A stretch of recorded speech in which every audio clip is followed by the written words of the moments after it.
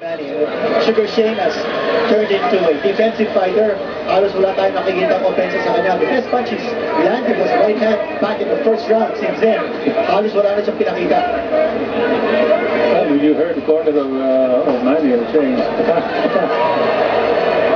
They're saying that mostly moves only one direction, so dapat hulihin na natin. You can catch him with the right, you can catch him with the left. Manny has to be patient. Baka mainit ko.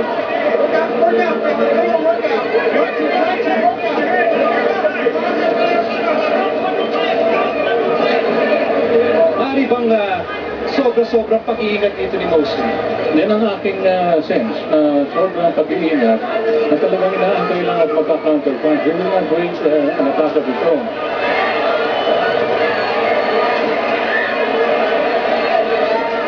Si Manny pa rin ang mas aggressive na fighter dito. Well, I think there's fear in the eyes of Sugar Shane. I agree. He feels that if he throws any offense, it will give an opening for Manny Pacquiao to counter. If his fight plan was to counter, he's not doing it, although Manny is pressing the action.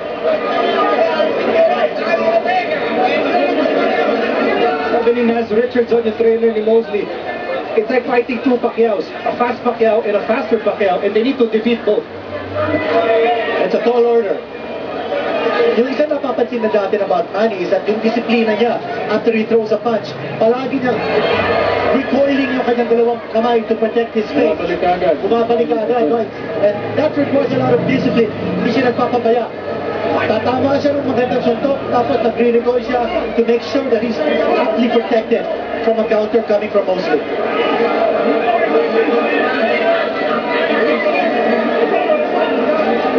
Wala pa masyadong fireworks in the run-up to this fight.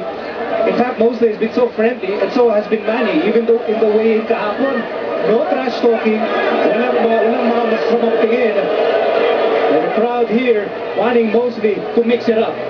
You know, Mosley throwing that combination, and very slow ang kanyang hand speed. Very slow. You don't see it. He has no time to counter-attack. He doesn't busy defending himself because, as you said, the hand speed is slow. Hand speed is slow. Manny connects.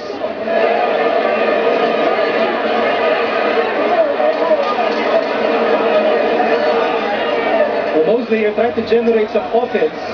With that left jab, he's using that now to set up the right hand. That's the end of the 6th round.